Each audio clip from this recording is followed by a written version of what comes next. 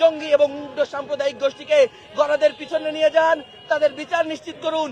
আমরা সভ্য সমাজের মতো বিচার চাই, আমরা মব করে বিচার চাই না। কিন্তু আপনারা যদি এইটা প্রমাণ করে দেন যে মব করবে সে বিচার পাবে, আর যে মবের শিকার হবে সে বিচার পাবে না, তাহলে কিন্তু দিন শেষে বাংলাদেশ অস্থিতিশীলতার দিকে যাবে। সবাই সবার বিচার নিজের মতো করে নিজের হাতে আইন তুলে নিয়ে করার ব্যবস্থা করার চেষ্টা করবে।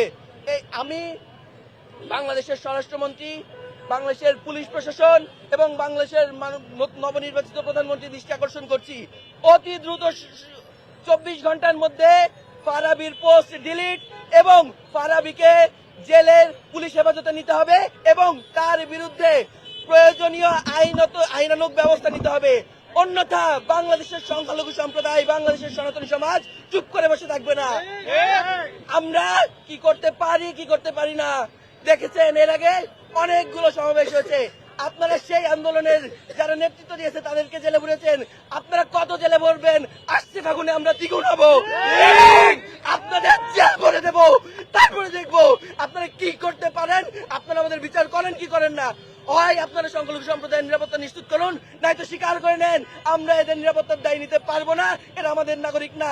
তারপরে আমরা জলে ভেসে যাই না কি করি আমরা দেখে নেবো। ধন্যবাদ। ফারাবীর দুই গেলে ফারাবীর দুই গেলে এই মৌলবাদের ঠিকানা, এই জঙ্গিবাদের ঠিকানা ফারাবীর দুই গেলে মৌলবাদের ঠিকানা ফারাবীর দুই গেলে